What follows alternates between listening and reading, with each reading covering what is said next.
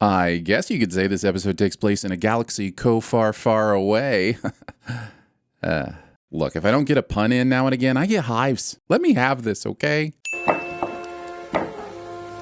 They let Kelnacca use a lightsaber even after seeing these horrendous knife skills. Someone must find May before she does any more harm.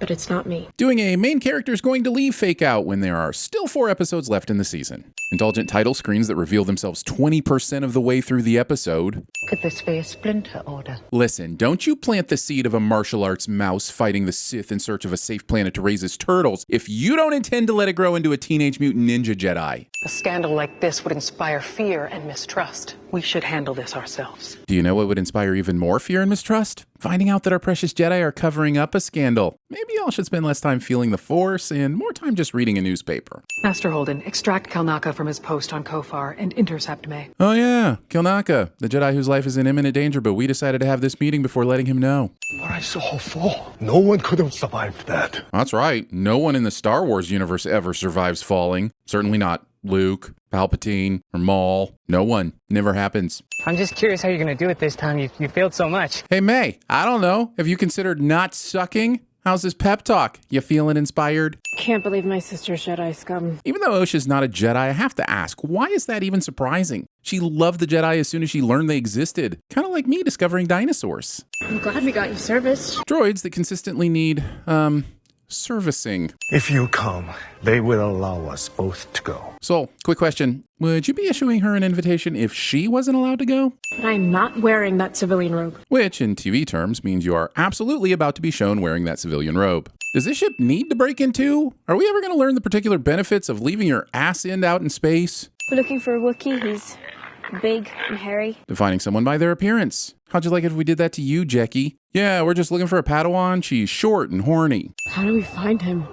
We have a tracker. They have interstellar travel, laser swords, and ray guns. But you're telling me they're going to find him in this huge forest the same way we look for escaped convicts today in Mississippi? I'm not obsessed. I am concerned for your safety. She'll be fine. Osha's the main character and has plot armor thicker than my belly after I demolish a dozen glazed Krispy Kremes. If I were you, I'd be worried about myself, Yord. You're traveling with a large group of expendable unnamed Jedi, and I wouldn't put it past this show to kill off most of its characters at the halfway point to try and make its audience take it more seriously. Episode walks through this jungle for all the some time. He says there's something wrong here.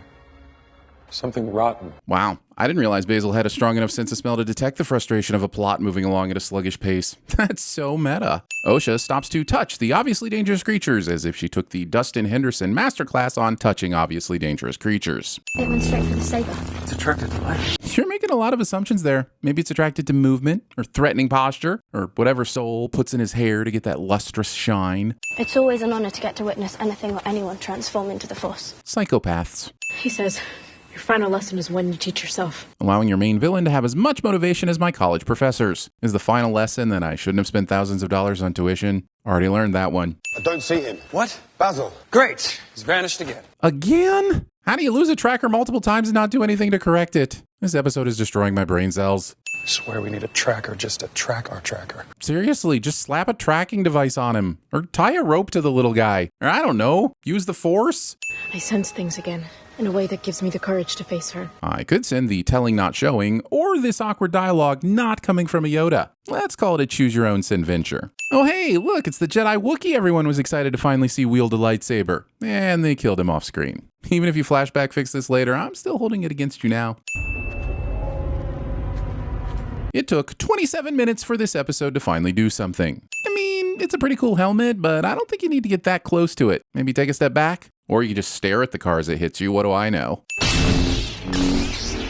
Well, at least the snooze fest is finally over. I'm about to get me some sweet, sweet lightsaber action. Let's go! Wait, what? Ah! Stupid TV show ending the episode right when it was getting good. And who puts their skill points into Force push anyway? Well, I guess it's fine, but it just makes the gameplay so boring. I've had something stuck in my teeth for 2 days now. Bœuf bourguignon, French beef stew in red wine. May's objective is not solely her own. I'm drunk right now. What was she like when you spoke to her? Face it, she's way cooler than you. We're looking for a Wookie. He's big and hairy. No Sherlock. You're gonna need to hand that blaster over. How do you picture that happening exactly? Well, I guess I'm gonna take it from you. The smell of 1,000 butts. It went straight for the saber. It's attracted to life. Yeah, no shit, Sherlock. What? 2 antagonists, 1 inverted. He's dead, Jim.